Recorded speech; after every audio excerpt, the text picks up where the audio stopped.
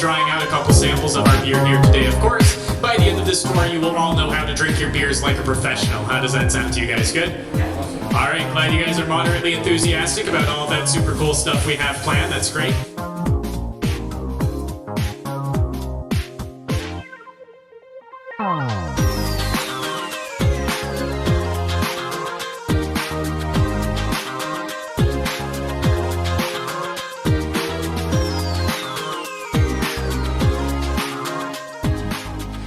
Welcome to the ingredients room, guys. Like I said, the first thing we're going to do is take a look at some of the stuff that we use to make our beer.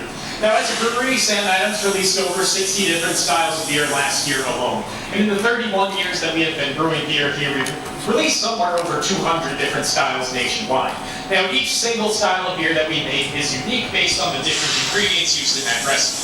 So across the 200 different styles of beer we've made, we've used tons, all kinds of different ingredients, really creative and unique stuff. Now, we obviously don't have the time to talk about every single ingredient we have ever used here today, so to simplify things, we're mostly going to be focusing on 4 very important and very traditional ingredients of beer.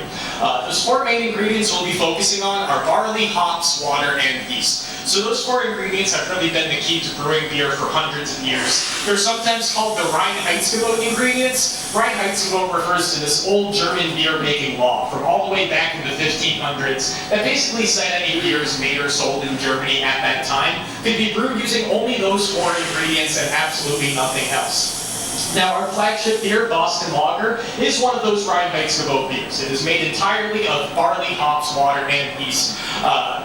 However, a lot of those 200 different beers that we've made have used all kinds of different ingredients, a lot of them beyond those 4. The important thing for you guys to understand is that the 4 main ingredients we're going to be looking at here are really the bare essentials. And you're going to find these ingredients across every single beer that we have ever made. You guys out back there, welcome to come all the way up to the front here. We do have forklift traffic going along back there, so if you guys can get all the way up onto the platform, I'd appreciate that. Anyway, we're going to go through those 4 ingredients one by one, take a look at a couple samples here. The first ingredient we're going to be taking a look at today is malted barley. Barley is a grain that's kind of similar to corn or rice or wheat. Barley, the kernels of that grain grow up as tall stalk, either side by side in 2 rows or all around that stalk in 6 rows of kernels. So we've got what we call 2-row barley and 6-row barley. They're 2 different species. But when we're brewing beer here, we only use 2-row barley. 2-row is a much higher quality grain. The kernels are bigger and more robust. And that larger kernel means we get a lot more sugar out of 2-row barley. And that sugar is really important for our beer. It's ultimately going to give our beer the body and the alcohol content that we need. All of the 2-row we brew with comes from the Midwestern United States as well as parts of Southern Canada. And before that barley gets shipped from the farms out here to us, the maltsters are going to roast that barley. And the intensity and the duration of that roast really determines the different flavors and colors that the barley is going to give to our beer. We're going to be taking a look at 3 different roasted malted barley here today. This is all coming from the same exact plant. You guys will see that the different roasts really bring out a huge variety of different flavors and colors for this grain. The first barley I've got up here is called pale malt. Now you can probably tell where pale malt gets its name just by looking at the stuff. It's a light tan, straw-colored barley. Pale malt is barely roasted barley. It's almost not roasted at all. Barley pretty much comes off the stalk looking like this. Now, because of that light roast, this is not a super exciting barley from a flavor perspective.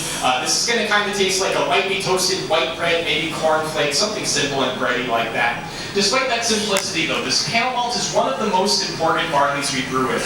And we're going to use a pretty significant portion of this grain in just about every single beer we make.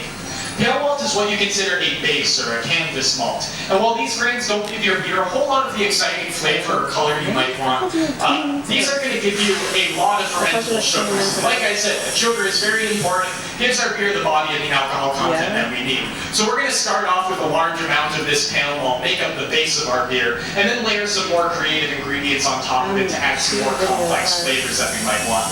I'm going to pass a couple cups of this barley around the room, guys. Feel free to try some. Barley It's very edible and the only snack that we'll be handing out on your tour today, so if anybody skipped lunch to be here, do take advantage of that while you can. So Caramel 60 is the primary specialty grain featured in Boston Lager. If you think about that beer, all of the golden amber coloration and a lot of the sweeter biscuit, toffee, and caramel flavors are all coming from this C60 malt.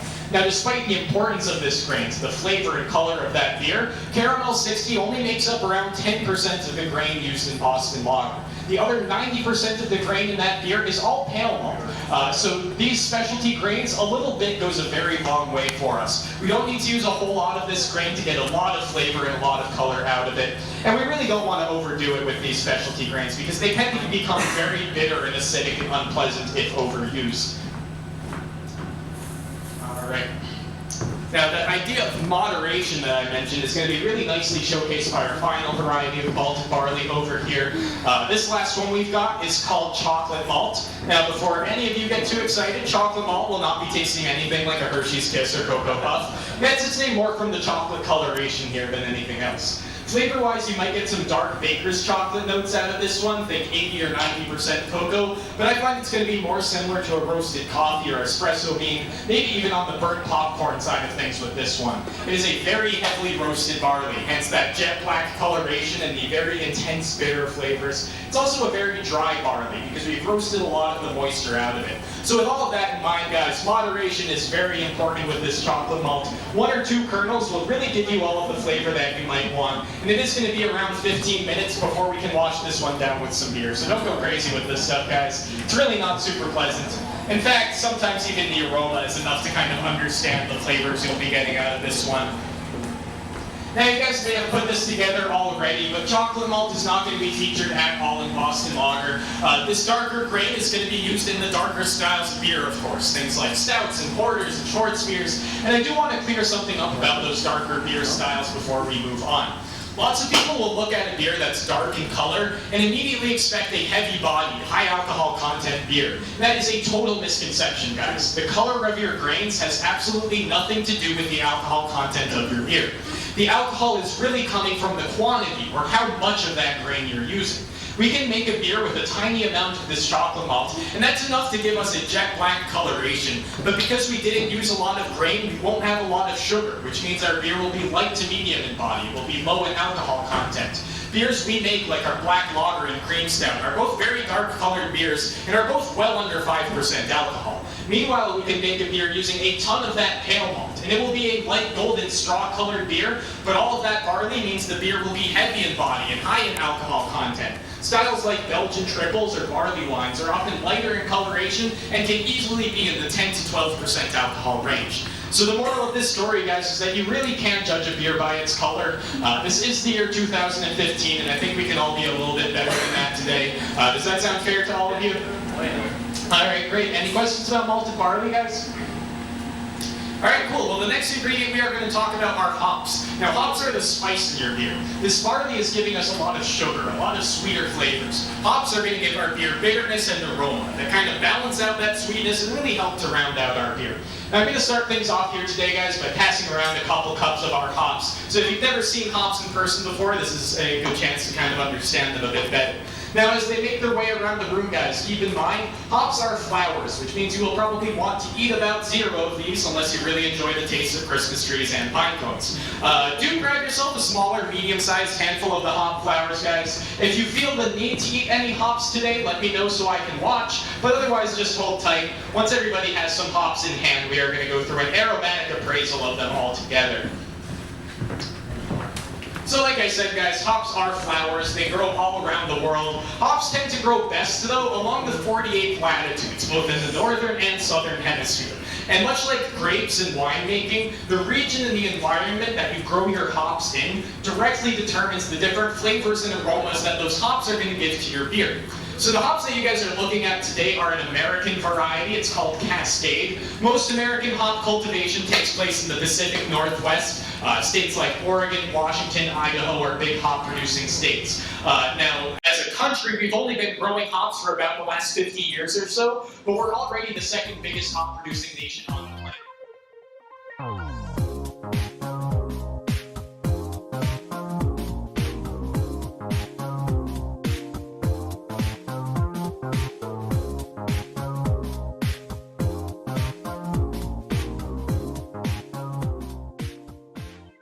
hops tend to be really highly regarded for their bright citrus aromas, lemon, grapefruit, things like that. They also have a really nice piney character, kind of resinous, and they tend to be very bold bittering hops. We'll definitely get a lot of bitterness in our beer from a hop like this. Now you can smell these hops right as you are in your hand, and you'll get a lot of that citrusy aroma I described. But the key with hops is that the aromatic compounds in them are very volatile, which basically means if we add some heat to our hops, we are going to get a lot more of the aroma out of them. So the best way for us to take advantage of that here, and the way our brewers evaluate hops when working on a recipe, take your handful of hops, press them in between your hands, making a hop sandwich, and grind them up. Now by grinding like this, we're creating friction, and that friction adds the heat that we need.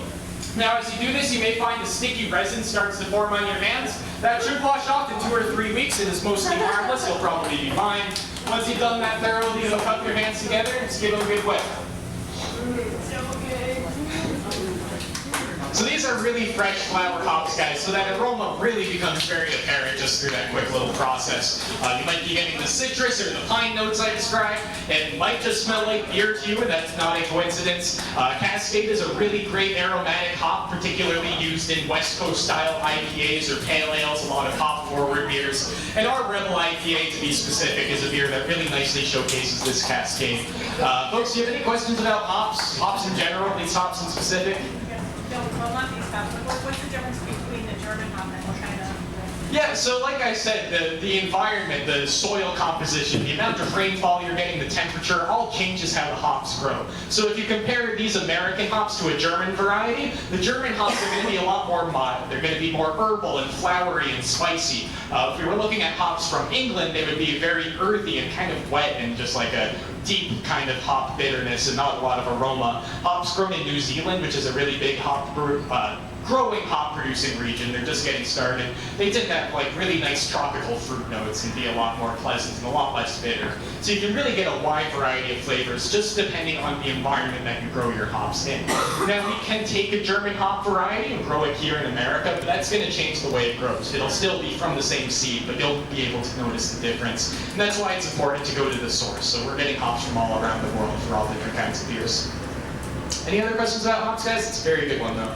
So when they measure the IBUs in beers, that all caused by hops or other? Almost entirely, yeah. Basically, there's these little molecules inside these hops that are called alpha acids, and those are all the compounds that give you the bitterness. When you're measuring the IBUs of the beer, you're measuring how many alpha acids are in it, so it's pretty much entirely coming from the hops, yep.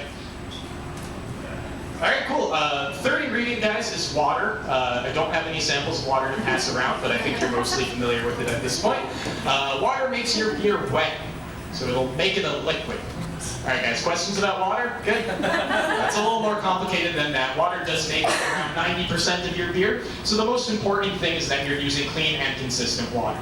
The water we use here is coming from the Quabbin Reservoir, which is out in central Massachusetts. Same exact water source as Boston City tap water. Now, that probably sounds kind of strange if you're not from around here, but Boston is lucky enough to have some of the best tap water in the country. Really well suited for brewing, but also perfectly safe drinking water as well. We do have 2 other breweries. One is out in Cincinnati, Ohio, and another is down south in Pennsylvania. Those breweries don't have the same exact Boston tap water we have here. What they do have, though, are water treatment specialists who can take their local water, do things like filtrations and mineral additions and pH balancing and all sorts of other processes, making sure the water across all 3 of our breweries is, again, consistent. That consistency is really the most important thing when it's coming to your water. And then the final ingredient, and probably the most important of the 4, is yeast. Yeast is a single-celled microorganism. It's actually a fungus. Yeast's job in brewing is to eat the sugar that we get out of the malted barley. And as the yeast eats those sugars, it breaks them down into 2 very important products for us. So the first product that yeast is giving us is CO2, or carbon dioxide. That's all of the bubbles in your beer. And then the second product yeast gives us is alcohol. And that, of course, is all of the fun in your beer. Let's face it, the reason most of us are here today. Now, the process by which yeast breaks down those sugars and turns them into those 2 products is called fermentation. It's one of the really big important steps in brewing beer. We'll talk about it a little more out in the brew house. Now, when you're making a beer, there are 2 different types of yeast you can use. They are called ale yeast and lager yeast. You've probably heard those words before, and of course, ale yeast will make an ale, where lager yeast will make a lager. What a lot of people don't understand, though, is that those 2 types of beer, ales and lagers, are the only 2 types of beer that exist on the planet. I'm sure that sounds kind of strange. I'm sure a lot of you are familiar with all different styles of beer, but every single style of beer you have ever had in your life falls into one of those two main categories, and that depends entirely on the type of yeast used to ferment it. So if you're thinking about Bocks or Pilsners, Märzens, or Schwartz beers, those are all brewed with lager yeast, and every one of those beers is therefore a lager. Meanwhile, IPAs, stouts, Hefeweizens, saisons, porters, pale ales, brown ales, ambers, countless other styles of beer are all brewed with ale yeast, and every one of those beers I just listed is an ale. As far as the differences between ale and lager yeast go, ale yeast prefers higher temperatures, around 60 to 70 degrees, will ferment more quickly, taking about a week to a week and a half, and it's going to float up to the top of your liquid and ferment on the surface. Lager yeast is basically just the opposite of that. It's going to prefer a cooler environment, around 50 to 55 degrees. It's going to ferment more slowly as a result, taking about 2 to 2.5 weeks, and it's going to sink down to the bottom of your vessel and ferment on the underside. So that's going to pretty much wrap up our discussion of those 4 main ingredients. Any other questions about those or anything else we've talked about so far? Yeah? So the amount of carbonation in your beer is dependent upon the yeast? Not entirely. You know, there was a time where that was true, but today with our packaging techniques, we're adding in a lot of carbonation when we package our beer. So if you're drinking a Sam Adams Boston Lager out of the bottle, probably around 20 to 30% of the carbonation in that beer came from the yeast. The other 70% we added in during bottling to make sure it's at the carbonation level we want. And that's pretty typical today. You know, in the past, before packaging and carbonation, it was entirely based on the yeast, but that's not really the way it works anymore. So in ancient beer times, monks drank carbonated beer? It would be much less carbonated than what we drink today, especially since they were usually fermenting and conditioning in barrels where a lot of the carbonation would escape and float right away. So they would be drinking slightly carbonated beer, much less carbonated than what we have today. Cool. Any other questions, guys? All right, great. Well, guys, turn around. Brett back there is going to lead you guys over to the brew house. I'll meet you over there, and we will talk about how we actually make a beer.